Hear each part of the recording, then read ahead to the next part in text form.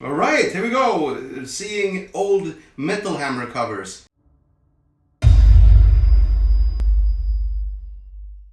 Rob Halford is the first one to see. One of the last ones I saw a couple of months ago as well. I don't know, is this from Unleashed in the East or no, maybe later? Priest Live, I can't remember. But yeah, good memories from playing with this band. Super nice people. I think the first time, yeah, it's actually a funny story. I'm in Berlin right now, and the first time we played with Judas Priest, without it being on a festival, and we were supporting them, was here in Berlin in 2010 on something that had something to do with Metal Hammer, I think. That's Bruce Dickinson with some sort of katana and the headdress. Yeah. Another old touring party buddies, probably both these bands, Judas Priest and Iron Maiden, are on every Sabaton member's favorite list. Dee Snider on the number 3. Yeah, the man who made me a metalhead. Absolutely, probably one of my favorite singers and frontmen of all time. Highly underrated. I mean, obviously everybody talks about Freddie Mercury as being one of the greatest of all time. He is, I'm not doubting that, but I think actually Dee Snider should be among that list and talked about more often. Ozzy Osbourne in a King. Oh man, how old are these? 86, okay.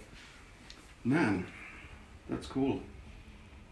Yeah, Ozzy, I'm actually probably gonna get a lot of shit for this, but when Black Sabbath and Ozzy went different ways, I wasn't listening to them at the time, or I wasn't really aware of it, I guess. But in retrospect, I'm sort of happy they did, because I got two bands I really like. I mean, I like old Sabbath with Ozzy also, but I mean, Sabbath went on with Ronnie James Dio and did great albums, and then Ozzy did great albums on his own. Udo Dirkschneider with hair! Wow! Alright, also, yeah, a lot of friends here. Super nice guy, and one of my favorite singers of all time. Maybe he was the one who taught me that you can sound very weird and fucked up and still have a career out of singing.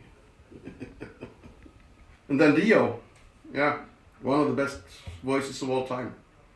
Is this Sacred Heart era maybe? Or Dream Evil possibly? I don't know. Yeah, probably one of my favorite singers of all time. Not only his solo career, which I loved, also his time in Rainbow and Black Sabbath. So, yeah, he's probably the singer who is on, if I have a top 10 list of my favorite albums of all time, I think he's the one who's on most of them, of all them. Oh, now I'm not sure. Are we talking Kerry King with hair? Slayer. Actually, we played with them a couple of times and said hi, but they're never really spent any time together, so I can't talk about any memories, but pretty cool band. Kiske! Oh, also one of my favorite singers of all time. Super good singer, and really still sounding fucking fantastic these days. Not many people can sound almost as good, or pretty much as good as they did when they were a teenager, as he can do still to this day. Ooh, Eric Adams. Yes. Manowar, band I really love. Maybe not a surprise, but especially I think Kings of Metal, that era of Manowar really resonated with me. So many good songs and good albums.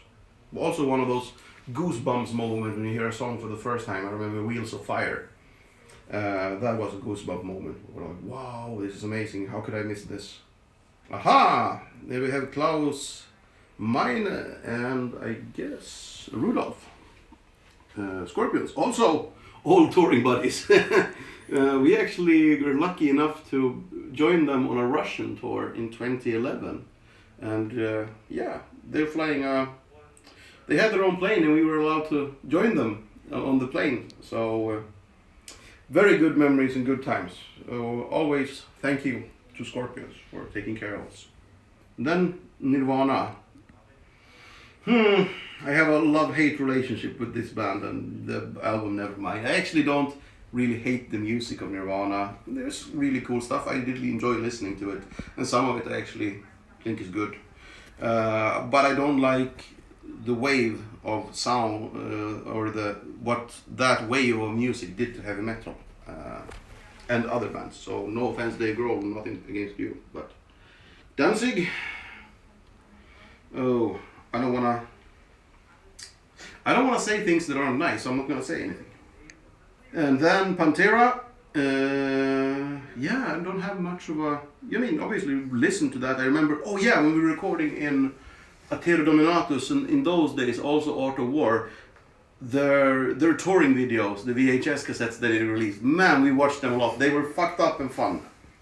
But yeah, I remember Vinnie Paul was really nice.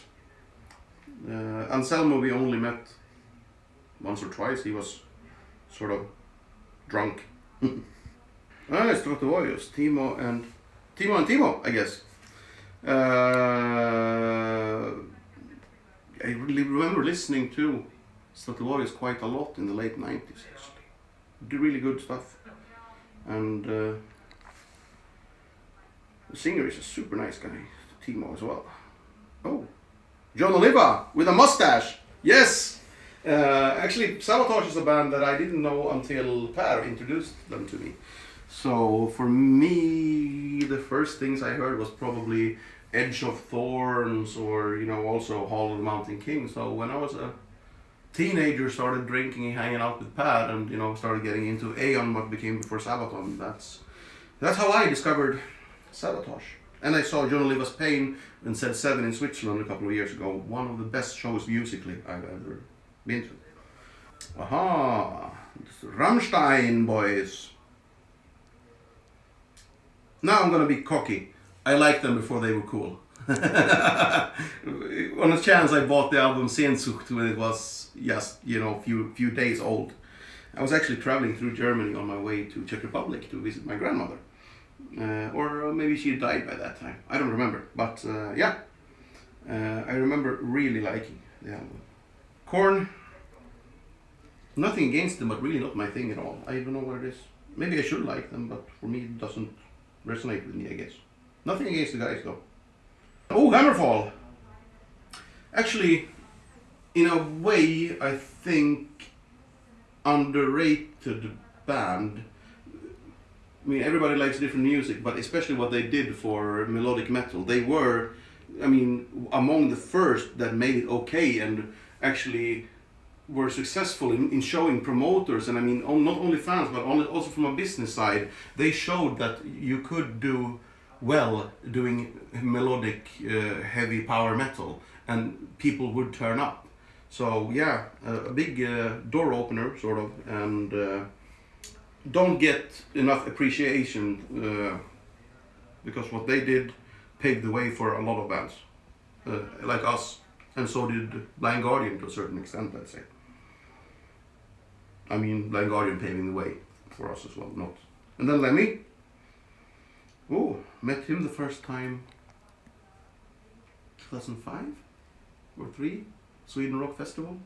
I saw him come standing in the backstage bar. He was coming up and about to order a drink. I saw him and I knew he liked the Maker's Mark whiskey.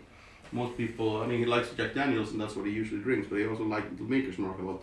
So I ordered him a double from the other bar, and when he gotten it, the bartender sort of showed it's from him, So he came up and we talked for a while, and he taught me a lesson about being an artist. That was being very nice and polite, even though you don't know the person. And we spent the time, sort of drinking. I'm telling him, you don't have to stand here, hang out with me all the day. He's like, no, I figured it's a nice thing. You bought me a nice whiskey and I'm having a good time, asking sort of, what do you mean? Like, yeah, I can spend the time to drink the whiskey that you bought me with you, or I could say no. It's like, oh, it's a pretty gentleman thing, kind of thing to say. And then I asked, what happened if I would have been an asshole then? And he's like, I can drink whiskey really fast. Steel Panther. Yeah, super funny. great guys. I think our production manager and light designer actually headbutted some of them in Las Vegas. They were playing in House of Blues, and yeah, they were a little bit afraid of us because we partied hard. Sabaton. Is this the first time we were on the cover? Maybe 2012. So it's the Carolus Rex era, I guess. The photo. Yes. Yeah. Probably around there the first time when we actually got the cover of magazines, which is kind of weird because I, don't really see myself as a cover girl. But good times.